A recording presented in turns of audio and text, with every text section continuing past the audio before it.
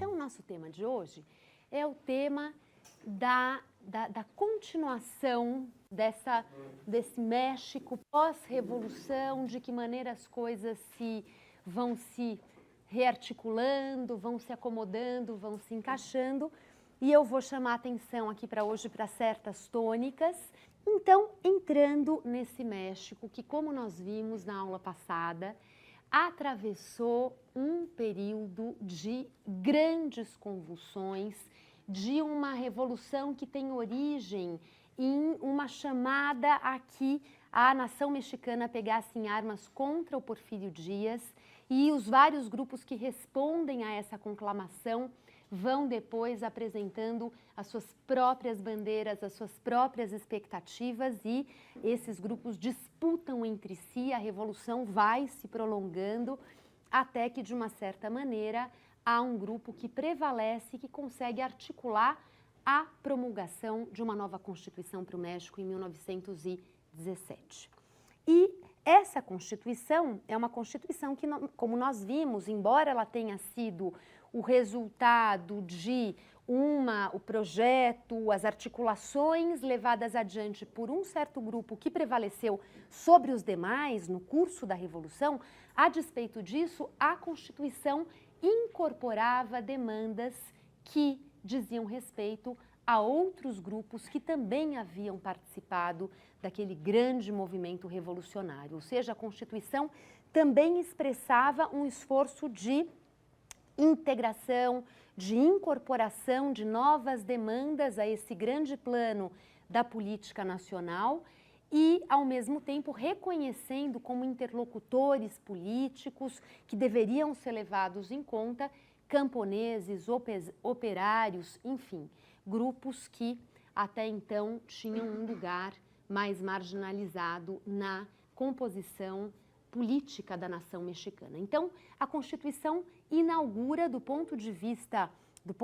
das leis, do ponto de vista normativo, inaugura uma nova era para o México. E a questão é de que maneira essa dimensão normativa se traduziu efetivamente em práticas, em políticas públicas que fossem ao encontro das normas já postuladas, fixadas na Constituição de 17. Então, um primeiro momento nesse processo é um momento, como eu já havia antecipado a vocês na aula passada, de muitas disputas entre esses líderes da Revolução, que são líderes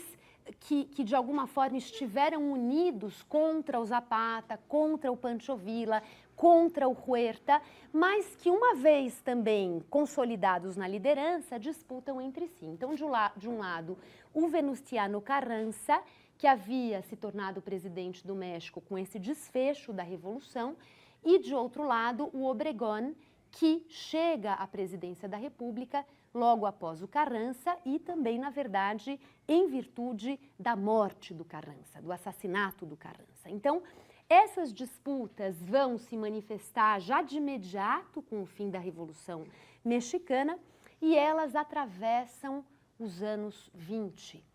Então, o Obregón se torna presidente da República, o seu sucessor foi o Plutarco Elías Calles, e o Plutarco Elías Calles governa o México durante um mandato e depois, nas eleições seguintes, o Obregón volta a se candidatar, Plutarco Elías Calles, ele volta a se candidatar, mas termina assassinado por um homem ligado ao movimento dos cristeiros, ao movimento de reação dos católicos contra o Estado mexicano. Esse homem chamado José de León Toral. E com a morte do Obregón, o Calles consegue se impor como uma figura muito poderosa, muito influente nesse Estado mexicano, então, que se estava organizando depois da Revolução, e ele consegue controlar a cena política nos anos que se seguiram, ou seja, após o seu mandato como presidente, ele consegue fazer sucessores que são pessoas ligadas a ele, que são pessoas subordinadas à sua autoridade política, e esse período de fim dos anos 20 e início dos anos 30, em que a figura do Calles é uma figura política central, é conhecido como o período do Maximato. O período do Maximato, que, portanto, é um momento em que existe realmente um grupo que se consolida no poder, que de alguma forma orquestra a reestruturação desse Estado mexicano e, ao mesmo tempo, é justamente desse ambiente controlado pelo Calles, desse ambiente de autoridade, de, enfim, alguém que ali consegue ir puxando os fiozinhos para fazer os sucessores, é desse contexto que também surge a figura de uma nova liderança política que, no final das contas, a despeito de ter chegado ao poder com o apoio do Calles, termina rompendo com o Calles e também pondo fim ao Maximato e a essa era de influência do Plutarco Elias Calles. E essa figura foi Lázaro Cárdenas. Lázaro Cárdenas, que chega à presidência do México no ano de 1934 e que representa, a partir daí, um novo momento com características específicas nessa história do Estado mexicano pós-revolução. Ele vai governar o México entre 1934 e 1940 e, uma vez eleito presidente da República, o Cárdenas logo dá sinais de que ele pretende se afastar do Calles e ele vai marcando essa diferença e acaba, no final de contas, conseguindo que o Calles se retirasse da vida política. Então, quando a gente pensa esse momento da história do México pós-revolução, nós temos um primeiro momento em que as lideranças diretamente ligadas ao confronto militar da Revolução Mexicana, como Carranza e como Obregón, assumem a frente da reconstrução desse Estado. Depois, o Calles, também ligado a esse grupo, mas já buscando uma luz própria ao sol, se impõe, consegue uma hegemonia nessa segunda metade da década de 20 e os primeiros anos da década de 30, até que ele encaminha o Lázaro Cárdenas, que tinha lutado ainda muito jovem na Revolução Mexicana, que havia pegado em armas, mas que era um jovem na época da Revolução, agora nos anos 30, já em condições também de lutar pelo seu lugar nesse ambiente político, e ele consegue o apoio do Calles, depois se afasta dele e marca um momento muito específico na história da Revolução Mexicana. Eu quero antes anunciar essa cronologia aqui para vocês, para então voltar para certos aspectos que eu quero enfatizar na aula de hoje. E o Cárdenas, então, quando termina o seu mandato em 1940, ele havia realmente levado o México a uma polarização política muito grande, porque a gestão do Cárdenas à frente do governo mexicano representa um momento em que mais claramente as demandas sociais da Revolução Mexicana foram implementadas, a se começar pela reforma agrária. Então, o Cárdenas realmente recupera artigos constitucionais que até então haviam ficado como letras mortas da Constituição, estavam na Constituição, mas não eram efetivamente desdobrados, transformados em políticas públicas. O Cárdenas realmente se propõe a isso em diferentes planos da sua administração e, com isso, ele provoca uma polarização política, social muito profunda, e quando ele deixa o governo em 1940, forças de oposição a ele, no interior do próprio Partido Nacional Revolucionário, é que conseguem se encastelar no poder, e a partir dos anos 40, o governo mexicano passa por uma inflexão à direita, ou seja, ele vai se afastando crescentemente das bandeiras sociais da Revolução e vai assumindo posições mais conservadoras. Então,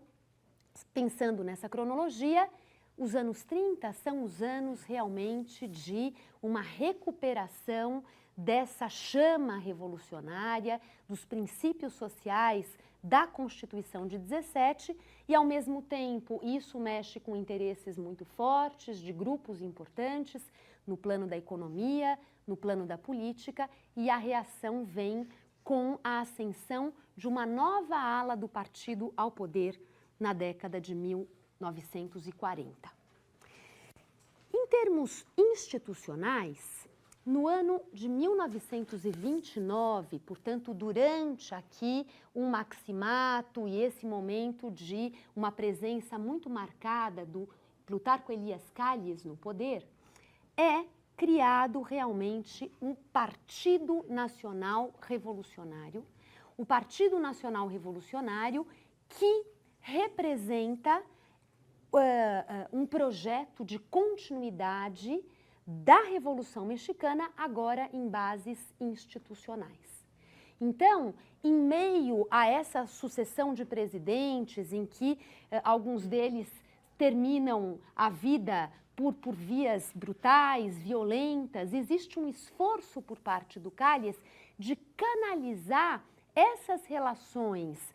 daqueles que foram vitoriosos na Revolução Mexicana, de canalizar tudo isso para soluções institucionais, e a criação do Partido Nacional Revolucionário em 1929 representa um esforço nesse sentido, ou seja, essas disputas interpessoais no interior do governo, no seio do governo, seriam canalizadas para dentro de um partido oficial que representava, pelo menos teoricamente, pelo menos em termos da imagem que esse partido queria transmitir, que representava o legado da Revolução, e esse partido, então, seria por excelência aquele que seria o herdeiro da Revolução, e os conflitos interpessoais deveriam se diluir no âmbito do partido. Era o partido, em primeiro lugar, sobre as lideranças caudilistas, sobre as lideranças personalistas que ainda deram as cartas nesse México da década de 1920. Então, essa marca personalista deveria ceder espaço a um partido que estivesse acima dessas lideranças individuais. É claro que essas coisas caminharam sempre juntas na história do México, mas o projeto do Calles era de que o partido pudesse, então, trazer para si e resolver essas disputas interpessoais em bases mais institucionais. E o Partido Nacional Revolucionário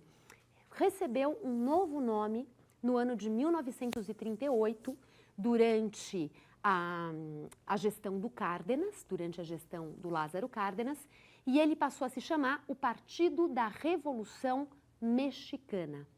PRM. E o batismo desse partido com um novo nome, naturalmente, que traduzia ajustes políticos e institucionais que Lázaro Cárdenas procurava desenvolver durante o seu governo. E no ano de 1946, novamente esse partido foi rebatizado pelo nome através do qual ele é mais conhecido hoje em dia, porque é o nome que chegou a nós, que é o nome PRI, o Partido Revolucionário Institucional. Isso em 46. Ou seja, o PRI, na verdade, é o mesmo partido que foi criado pelo Calles lá no final dos anos 20, como representante desse legado da Revolução e, ao mesmo tempo, como um esforço de absorver os conflitos interpessoais e levá-los para uma arena mais institucionalizada. E esse PRI acabou sendo, por décadas na história do México, o partido que ocupou a presidência da República. O partido... atualmente, e voltou, né? Aí houve um interregno, houve um intervalo em que um outro partido foi eleito, né, pela primeira vez desde a Revolução, e agora o PRI voltou ao poder. Quer dizer, o PRI não deixou de existir e continua tendo um fôlego extraordinário na vida política mexicana, mas ele deixou de ter o monopólio sobre o poder que ele manteve ao longo de várias décadas.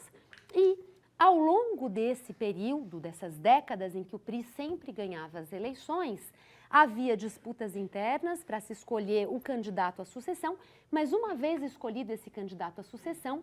todas as condições concorriam para que esse candidato, de fato, fosse eleito. Ou seja, eram eleições bastante controladas, eram eleições com pouca transparência, enfim. Todo esse questionamento foi também aparecendo na sociedade mexicana, especialmente a partir dos anos 50, dos anos 60, e é o que também se reflete na maneira pela qual os historiadores passaram a interpretar a Revolução Mexicana, que foi uma coisa que nós comentamos no final da aula passada, né? Ou seja, essa desilusão com os resultados da Revolução Mexicana se traduziu também em perspectivas mais críticas nas interpretações historiográficas acerca da Revolução. E como eu comentei também já no final da aula passada, o ano de 68 e a manifestação dos estudantes na Praça das Três Culturas, em Tlatelolco, na Cidade do México, que terminou com um grande massacre ordenado pelo governo, representa o ápice desse processo de um partido revolucionário institucional que controla o poder, que se torna cada vez mais autoritário, mais conservador e incapaz de estabelecer canais efetivos de diálogo com a sociedade. Bom, então, pensando em termos da cronologia, das tônicas, dos grandes momentos dessa história do México pós-revolucionário, esses marcos que eu expus a vocês são marcos importantes. E agora eu quero falar um pouquinho mais sobre alguns aspectos específicos. O primeiro deles diz respeito à organização dos trabalhadores operários, dos trabalhadores urbanos, dos trabalhadores que haviam também sido interlocutores, sobretudo do Carranza durante a Revolução Mexicana e que foram também, de alguma forma, contemplados pela Constituição de 17, que previa a promulgação de leis trabalhistas, de uma série de instrumentos para se regulamentar as relações de trabalho no México. E isso se traduziu, nos anos 20, com um esforço de criação de grandes centrais sindicais. Então, nos anos 20, surge a CROM, a Confederação Regional Operária Mexicana, e essa confederação trabalhava com uma concepção de sindicato que reconhece no governo um mediador político, que reconhece no governo, ou seja, no presidente da República, no chefe de Estado, uma instância de promoção de um pacto social entre trabalhadores e empregadores, entre trabalhadores e empresários. E o Estado se colocando, então, como aquele que busca harmonia social, aquele que busca esse pacto social e que vai procurar, então, promover o diálogo, o acordo, um meio termo de concessões aos interesses de um lado para o outro, para que as partes pudessem, então, se conciliar. E essa perspectiva do Estado, então, como um mediador dos conflitos sociais, é uma perspectiva que se afirma realmente como algo que seria o papel do Estado nesse contexto pós-Revolução Mexicana. Eu daqui a pouco vou falar do Cárdenas e de como o Cárdenas também volta a esse tema das organizações sindicais, das grandes centrais sindicais, e o Cárdenas, aliás, volta a esse tema com uma força muito maior e com uma capacidade de mobilização muito maior. Mas já nos anos 20 existe, portanto, já um primeiro movimento, e o Calles aí também é uma figura importante nesse sentido, de acenar nessa direção de se agregar os trabalhadores assalariados em grandes centrais sindicais e que essas centrais estivessem sempre conectadas com o governo, que fossem leais ao governo e que, ao mesmo tempo, levassem as suas demandas, levassem a sua pressão para o governo, para que o governo pudesse encaminhar as soluções cabíveis. Então, isso já nos anos 20, desculpem, se anuncia, e o mesmo ocorre em relação à população rural. Então, no ano de 1933, há iniciativas nos anos 20, mas em 33, antes ainda do Cárdenas chegar ao poder, é criada uma Confederação Geral dos Operários e Camponeses. E essa CGOM, essa Confederação Geral dos